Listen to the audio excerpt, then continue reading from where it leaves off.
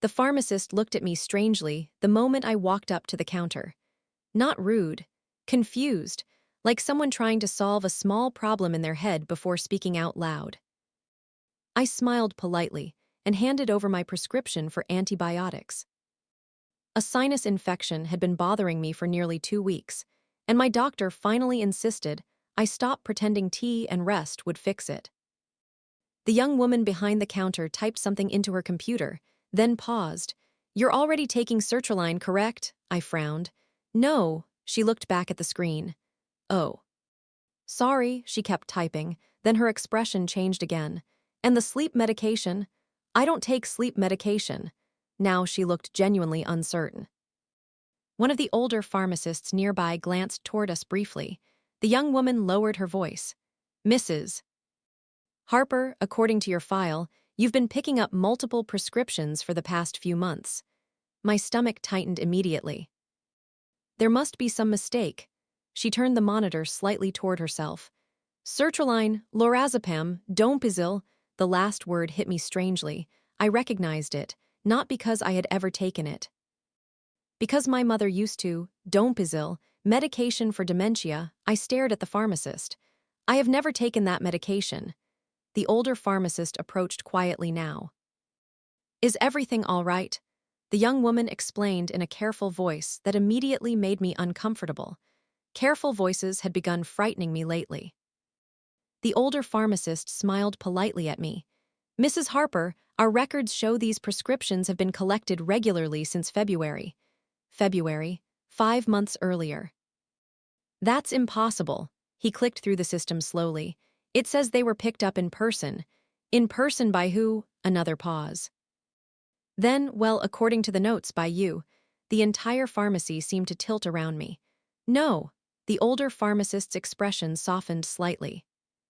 "Sometimes family members assist with medications and confusion happens." Confusion. There it was already. Not concern about fraud, not concern about identity. Confusion. "I'm not confused," I said sharply. Several people in line glanced toward me. The pharmacist stayed calm. "Of course." Not agreement. Pacifying. I knew the difference immediately. He printed something quietly and handed it to me. A medication history.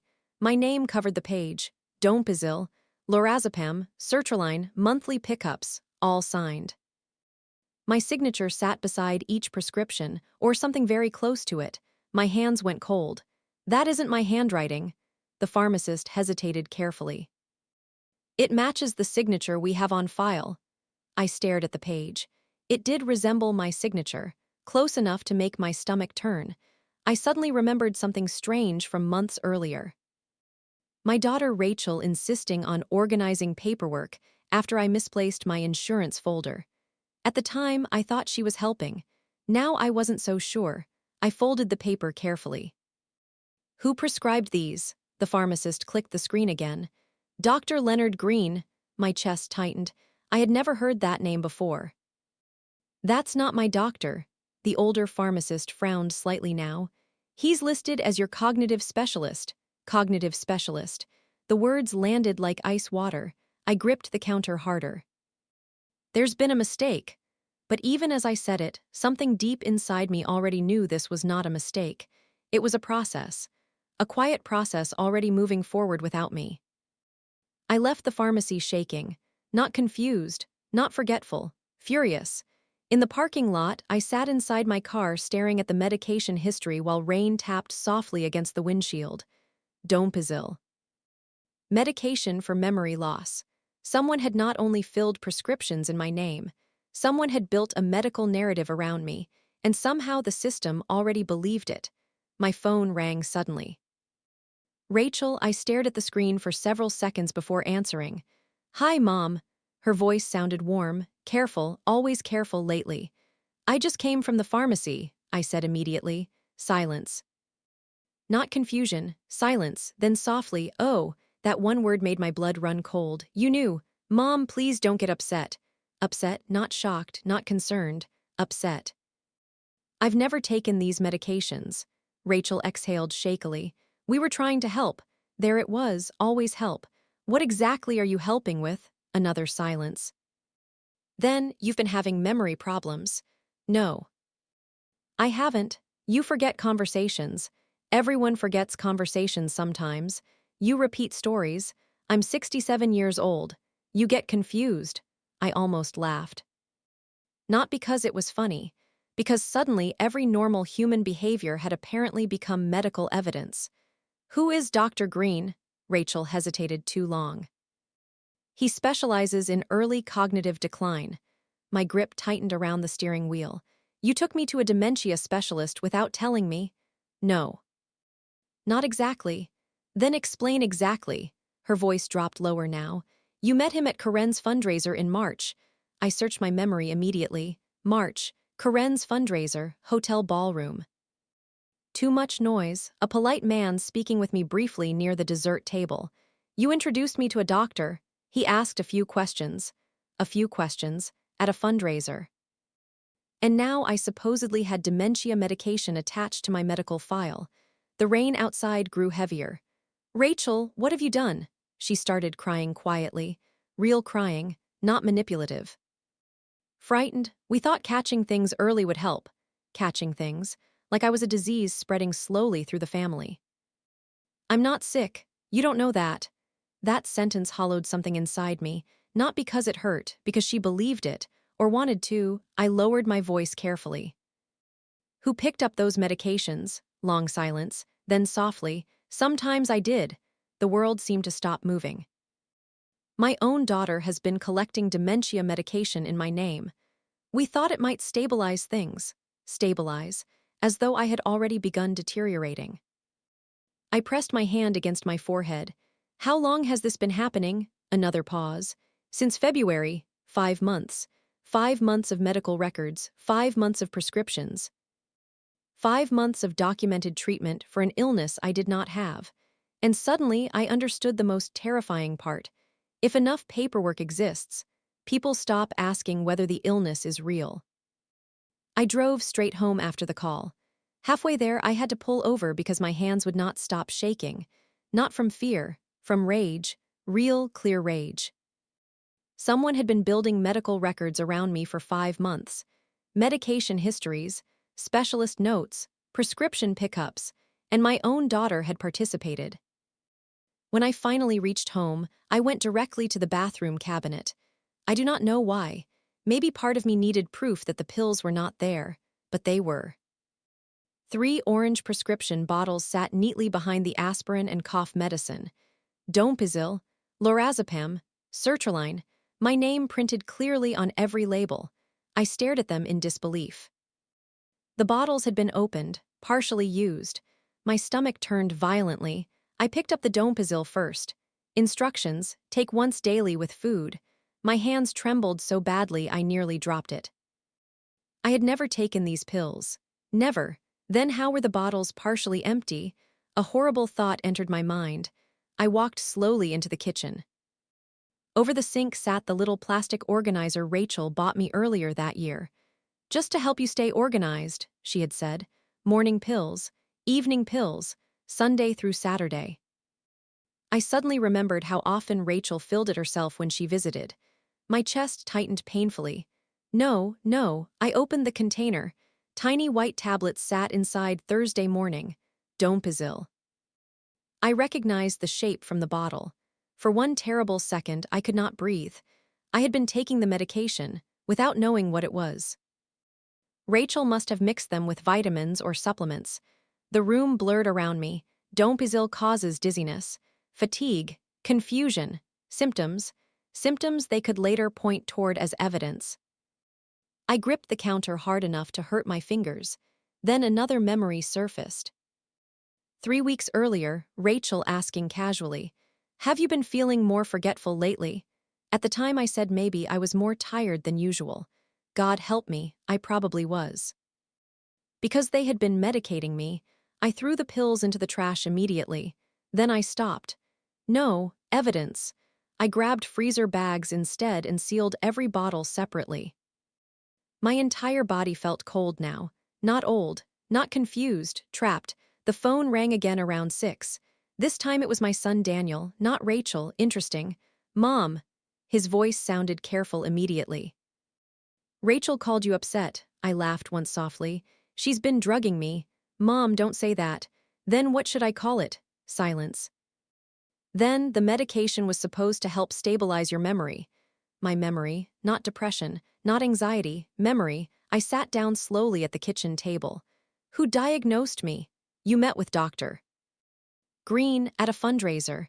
He evaluated you later. No, he didn't. Another pause. You don't remember the appointments. There it was, the perfect trap. I remembered no appointments, because there were no appointments. But now forgetting imaginary events had become proof of illness. You forged medical treatment. No one forged anything. I never agreed to dementia medication. Daniel lowered his voice carefully. Mom, early cognitive patients often resist treatment. Patients. Not mother, not person, patient. I stared at the pill bottles sealed inside freezer bags. Did you know Rachel was putting these in my pill organizer? Long silence. Too long. You knew. We thought if the medication helped, you'd understand later. I nearly dropped the phone. Understand later. As though the violation itself would become acceptable if enough time passed. My voice came out dangerously calm. How many people think I have dementia? Daniel hesitated. The family's worried. The family. Always the family. Not names, not individuals, a collective. I suddenly realized something terrifying. This had probably been discussed for months before I ever discovered it.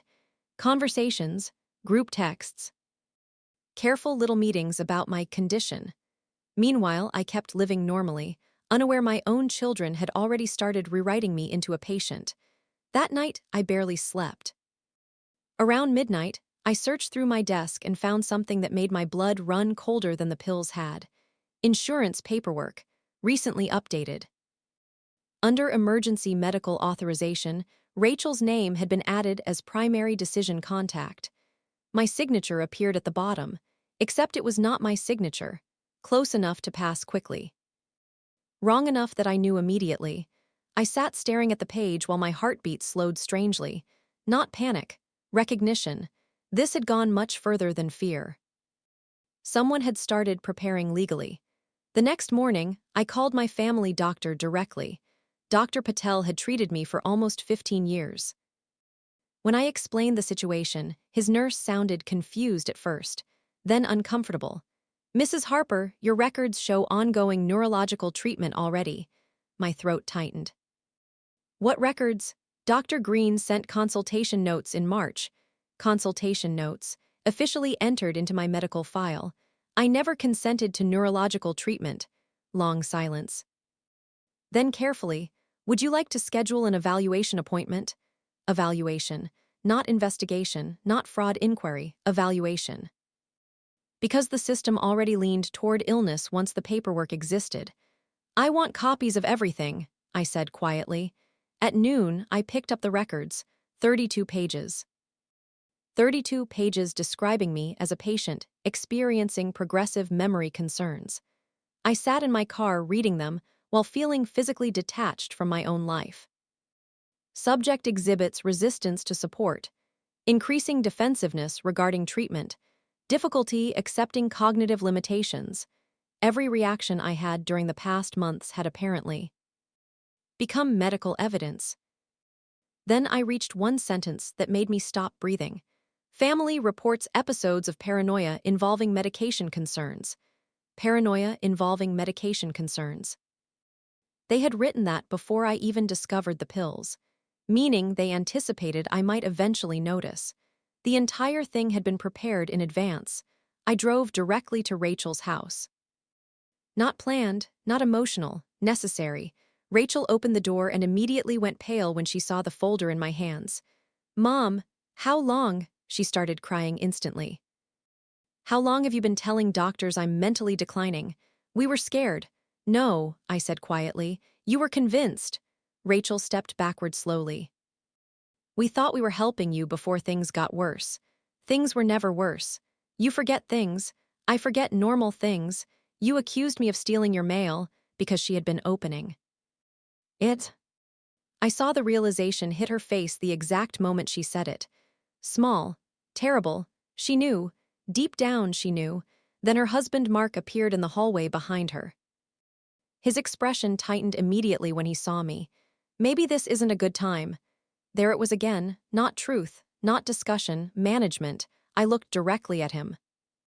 Were you part of this too? Mark hesitated. That hesitation answered everything. I suddenly felt unbearably tired, not physically, spiritually. Tired of defending my own reality against people who had already decided documentation mattered more than truth.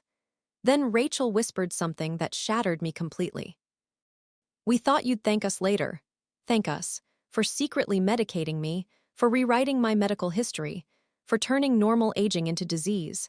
I stared at my daughter for a very long time. Then quietly asked the question I had been avoiding since this nightmare began. What exactly were you preparing me for? Rachel did not answer immediately. That frightened me more than if she had shouted. People hesitate when the truth sounds ugly out loud. Mark stepped forward carefully. Maybe everyone needs to calm down. Calm down. Another phrase people use when they are trying to control the direction of reality. I kept my eyes on Rachel. What were you preparing for? Her face crumpled. We didn't know how fast things would progress. As though my decline already existed as fact, I almost laughed from disbelief. You created medical records before there was even a diagnosis. Rachel shook her head desperately. Dr. Green said early intervention matters. I lifted the folder slightly. He also wrote that I was paranoid about medications before I even found the medications. Silence. Mark looked sharply toward Rachel. Interesting, he had not known that part. The room suddenly felt full of cracks. Tiny fractures spreading through a story nobody had examined too closely before now. Rachel wiped her face quickly. You don't understand how convincing it all seemed. There it was, convincing, not true, not proven, convincing. I lowered my voice. Who started this? Another pause, then softly, Karen. My sister-in-law, not family by blood, not someone who raised me or knew me deeply. Someone outside the center of my life. I stared at Rachel. Karen convinced you I had dementia. She showed us articles, videos, stories from support groups. Support groups again. Communities built around fear, around warning signs. Around the terrible guilt of missing symptoms. Rachel sat down slowly on the couch. She kept saying families always wait too long. Always wait too long. I had heard those exact words before from Karen herself during Christmas dinner. At the time, I thought she was talking about her own mother. Now, I wondered how long she had already been studying me. She said resistance was normal, Rachel whispered. Resistance, meaning every objection became confirmation. She said patients often don't realize they're changing. I closed my eyes briefly. The trap was nearly perfect. Normal aging creates enough small imperfections to support almost any narrative people want to believe. Misplaced keys, repeated stories, fatigue, emotion. Add fear and enough documentation, and suddenly a healthy person starts looking unstable on paper. Mark finally spoke again. Rachel, did Dr. Green actually diagnose anything officially? The room went still. Rachel looked toward him nervously, then away. My stomach dropped. Rachel! Her voice came out barely above a whisper. Not officially, I stared at her. What does that mean? He said there were concerning indicators. Indicators, not diagnosis, not proof, possibilities. Yet somehow I already had prescriptions, records, and specialist notes attached permanently to my medical history. Mark looked horrified now. You put her on medication without a diagnosis. Rachel immediately became defensive. We were trying to slow progression early. Progression of what? Silence. Complete silence. That silence told the truth more clearly than anything else had. There was no real diagnosis. Only fear feeding fear until paperwork replaced certainty. I drove home shaking with anger again. But beneath the anger, something colder had started forming. Awareness. This was no longer just emotional panic from frightened family members. Systems were involved now. Doctors, records, insurance. Medication histories. Once entered into official files, false information becomes frighteningly durable. That evening, I began reading every page carefully, and slowly, another detail emerged. Many of Dr. Green's notes referenced family financial stress related to future care concerns. I read the sentence 3 times: financial stress, future care. A memory surfaced suddenly. 2 months earlier, Rachel casually asking whether I had updated my will recently. At the time, I thought nothing of it. Then another memory. Mark mentioning assisted living costs during Easter dinner. Then Karen insisting, "You should really simplify your finances while you still can." While you still can. My chest tightened. No, no. I grabbed my laptop and searched dementia care costs in our state. The numbers were horrifying. Long-term memory care could destroy a family financially within years. And suddenly I saw the shape of the fear driving all of this. Not greed, prevention. They were not trying to steal from me. They were trying to prepare themselves before I became expensive, dependent, impossible, which somehow made the betrayal feel even worse. Because they had quietly transformed me from a person into a future burden. At around 8, Daniel arrived unexpectedly. Not Rachel. Interesting again. The family was rotating around me carefully now. He stood awkwardly near the doorway holding grocery bags. "I brought dinner." I almost told him to leave, but something in his face stopped me. He looked exhausted, ashamed, not defensive like Rachel, afraid. I let him inside silently. For several minutes, neither of us spoke while he unpacked containers into the kitchen. Finally, he said quietly, "She really believed she was helping you." I laughed softly. "She secretly medicated me." Daniel closed his eyes briefly. "I know," the honesty startled me. He sat down across from me slowly. Karen's mother deteriorated very fast. There it was, the origin. Fear rarely appears from nowhere. She keeps thinking we'll miss signs the same way her family did. And now everyone sees signs everywhere. Daniel nodded miserably. I looked at him carefully. "Did you believe it too?" Long silence. Then, At first. Interesting. What changed?" He looked toward the medication bottles sealed inside freezer bags on the counter. "You never actually acted sick. Simple, obvious, human, yet somehow not enough once narratives started growing. Then why didn't you stop this?" His face tightened painfully. "Because by then it already felt too serious." Exactly. That was the danger. Once doctors, prescriptions, and records entered the picture, backing out became terrifying. Admitting error meant admitting they had violated me horribly. So instead, everyone kept moving forward. Daniel rubbed his forehead tiredly. Rachel thought if she stopped treatment suddenly, people would blame her later if something happened. There it was, future guilt, the engine behind all of it. I sat quietly for a long moment. Then I asked the question that had been haunting me since the pharmacy. "Who signed the consent forms?" Daniel froze, only for a second, but I saw it. "Daniel," his voice dropped lower. "Rachel signed temporary family authorization paperwork." The room disappeared around me. "She forged consent. She thought she had the right because you were already showing symptoms. Symptoms created partly by medication they were secretly giving me." I suddenly understood how terrifyingly easy this could become. A few prescriptions, a few records, a few worried family statements. Then the system begins leaning naturally toward illness instead of fraud. Daniel looked genuinely sick now. "Linda, I don't think anyone realizes how far this went." No, that was the real horror. They had crossed lines so gradually, they stopped seeing the lines at all. And somewhere inside me, beneath the anger and betrayal and exhaustion, another terrifying realization finally settled into place. If I had never gone to that pharmacy myself, I might never have discovered any of it. The next morning, I contacted a lawyer, not because I wanted revenge, because I wanted reality documented somewhere before someone else rewrote it again. Her name was Elaine Porter, and she listened without interrupting while I explained everything. The medications, the records, the forged signatures, the hidden prescriptions. When I finished, Elaine sat very still for several seconds. Then she asked quietly, "Have you stopped taking all medications immediately?" "Yes." "Good." She folded her hands carefully. "Mrs. Harper, this situation is extremely serious." Serious, not emotional, not misunderstanding. Serious.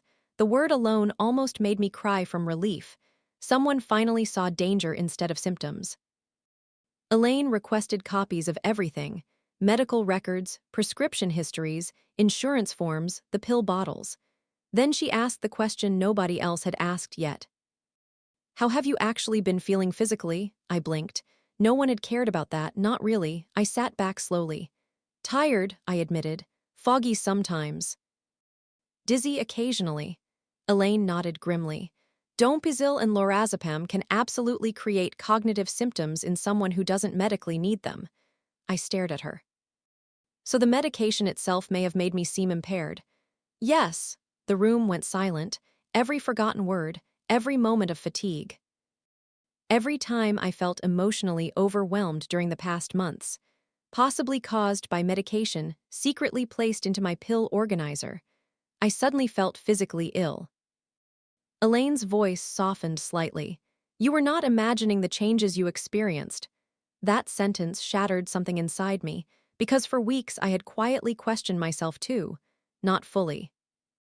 Not deeply, but enough. That was the cruelest part. Once enough people look at you with concern, you begin checking yourself through their eyes. Elaine continued carefully. I need to ask something difficult. I nodded slowly. Did your daughter financially benefit from establishing medical decline? The question shocked me at first. Then memories started surfacing rapidly. Rachel asking about my will. Mark discussing assisted living costs. Karen obsessively talking about preparing early. Fear and money had blended together somewhere. I don't think this started because of greed, I said quietly. Elaine gave a small nod. That's often how these situations begin. Begin, not end. Families panic, boundaries blur, then systems start moving faster than people expect. Exactly. That was the horror. Nobody sat down one day planning evil. Instead, concern slowly evolved into justification.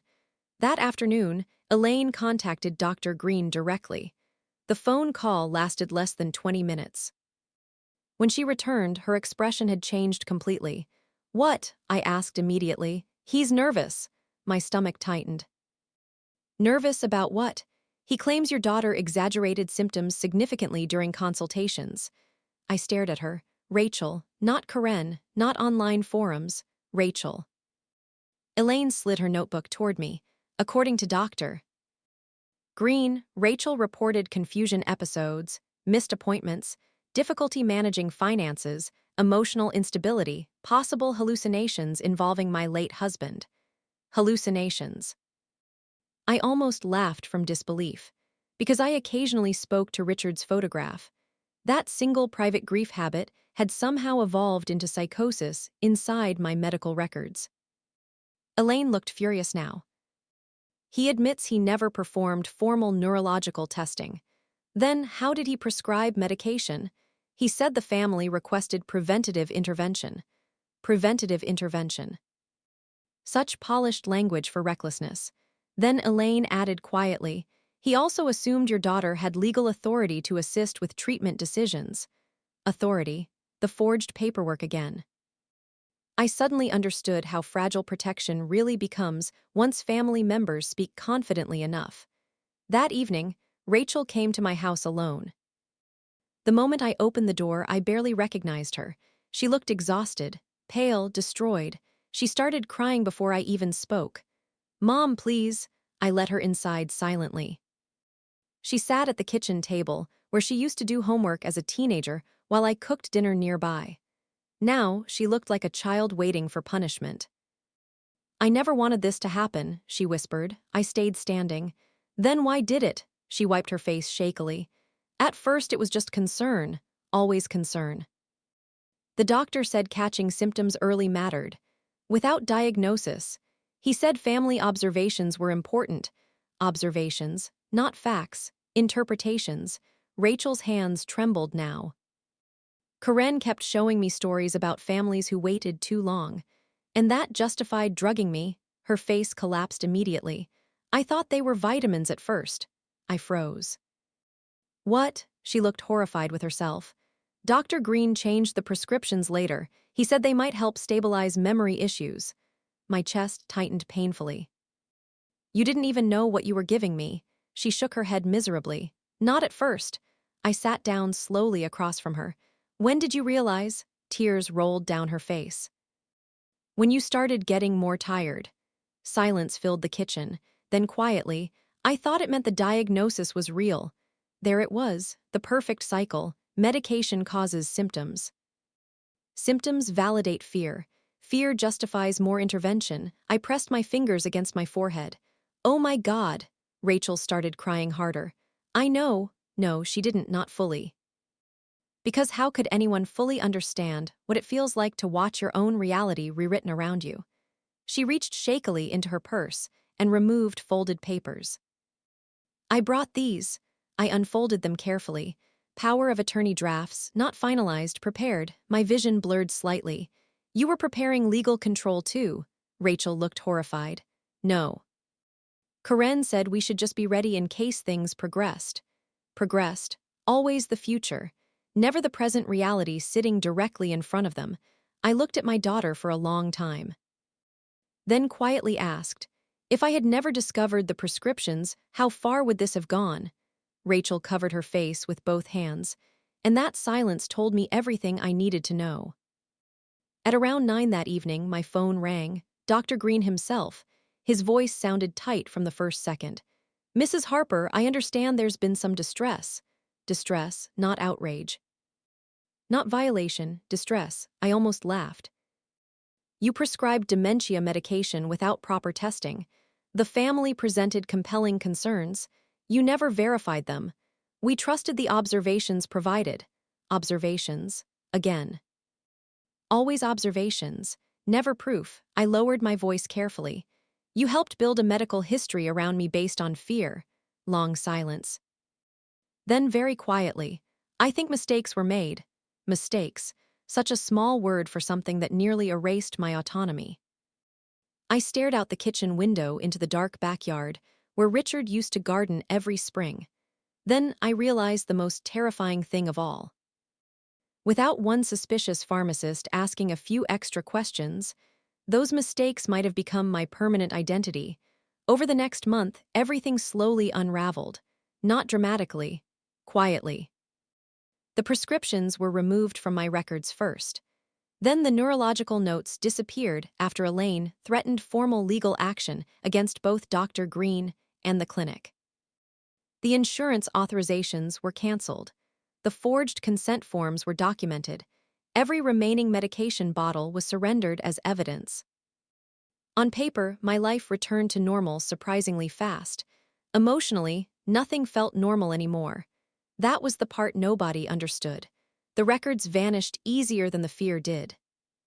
Rachel called every day at first, sometimes crying, sometimes apologizing, sometimes simply sitting in silence on the phone because neither of us knew how to speak to each other anymore. I believed she loved me. That was what made everything so unbearable. Cruelty would have been simpler. But fear mixed with love creates a special kind of damage, because the people hurting you truly believe they are protecting you.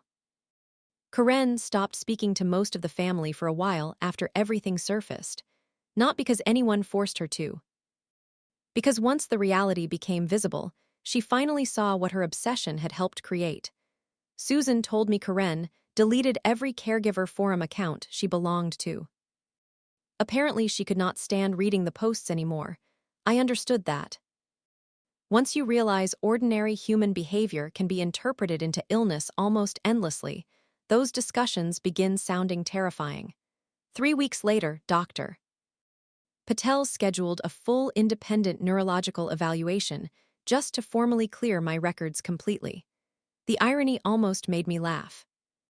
After months of fake medical concern, I finally underwent real testing, memory exams, cognitive assessments, neurological screenings. The specialist spent nearly 4 hours with me. At the end, she removed her glasses and smiled gently. Mrs. Harper, your cognitive function is entirely normal for your age. Normal for your age. Such a simple sentence. I nearly cried hearing it. Not because I doubted myself. Because for months, everyone around me had quietly taught me to examine my own mind suspiciously. Even after discovering the truth, I still found myself questioning little things. Where did I leave my keys? Did I already tell this story? Why did I walk into this room again? Fear leaves fingerprints behind.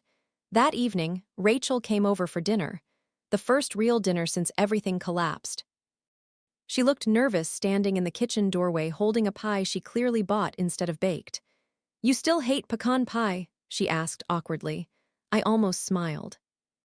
"Yes, right." Silence settled between us for a moment. Then she whispered, "I don't know how to fix this." Neither did I, but she came anyway. That mattered. During dinner, she finally admitted something I think she had barely admitted to herself. "I was terrified of becoming responsible for you." I looked up slowly. "What do you mean?" She twisted her napkin nervously. "After Dad died, everything suddenly felt fragile. Richard. Even now, somehow this traced back to grief." Rachel stared down at her plate. Karen kept talking about families who ignored symptoms too long, about children who regretted not acting sooner. Regret. That was the engine behind everything. Future regret, future guilt, future catastrophe. People become capable of horrifying things when they believe they are preventing future pain. "I kept imagining you alone somewhere confused and frightened," Rachel whispered. "And somehow that led you to secretly medicate me." Tears filled her eyes immediately. "I know." No defensiveness this time, no explanations, just shame. I appreciated that more than apologies. She finally looked up at me carefully. "When did you first realize something was wrong?" I thought about it honestly. "The pharmacy." "No, I mean before that." I sat quietly for a moment, then answered truthfully. "When everyone started speaking to me differently." Rachel's face crumpled slightly, because she knew exactly what I meant. The careful voices, the patient smiles, the constant monitoring. Once people suspect your mind is failing, they stop interacting with you naturally. They begin managing you emotionally instead of knowing you personally. That was the true loneliness underneath all of it. A few days later, Susan visited with coffee and gossip like nothing catastrophic had happened. I loved her deeply for that. Halfway through our conversation, I misplaced my reading glasses. For one terrible second, the room went silent. Not visibly, but I felt it. The hesitation, the awareness. Then Susan deliberately rolled her eyes and said loudly, "Congratulations, you're officially a human being over 40. I laughed so hard I almost cried. Because that was what had been missing for months. Normality. The right to be imperfect without becoming suspicious. As autumn arrived, life slowly settled again. Rachel and I rebuilt things carefully. Slowly, honestly. Trust after something like that does not return all at once. It returns in tiny moments. She stopped asking whether I remembered appointments. Stopped checking my pill organizer. Stopped watching my reactions so closely. Little by little, I became her mother again instead of her future patient.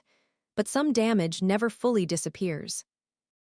Last week, I forgot my grocery list at home and stood in the supermarket trying to remember whether I needed milk. For one brief terrible second, panic flashed through me. What if they were right? What if this is how it starts? Then I stopped myself, because forgetting milk is not dementia, repeating stories is not dementia, grief is not dementia, aging is not dementia. Human beings are allowed to be imperfect without becoming medical mysteries. That may sound obvious, but once enough people begin documenting your normal behavior-like symptoms, you start forgetting that truth yourself. Yesterday afternoon, Rachel came over while I was watering flowers in the backyard. The same backyard where Richard used to kneel beside the roses every spring. She stood beside me quietly for a while before speaking. "You know what scares me most?" I looked at her. "What?" "That if the pharmacist hadn't questioned the prescriptions," her voice shook slightly, "I think we would have kept going." There it was, the truth nobody wanted to say out loud. The system would have continued moving forward naturally. More records, more treatment, more concern, until eventually my own objections might have sounded less believable than the paperwork itself. I looked toward the house slowly. My house, my life, my memories, all nearly rewritten through fear.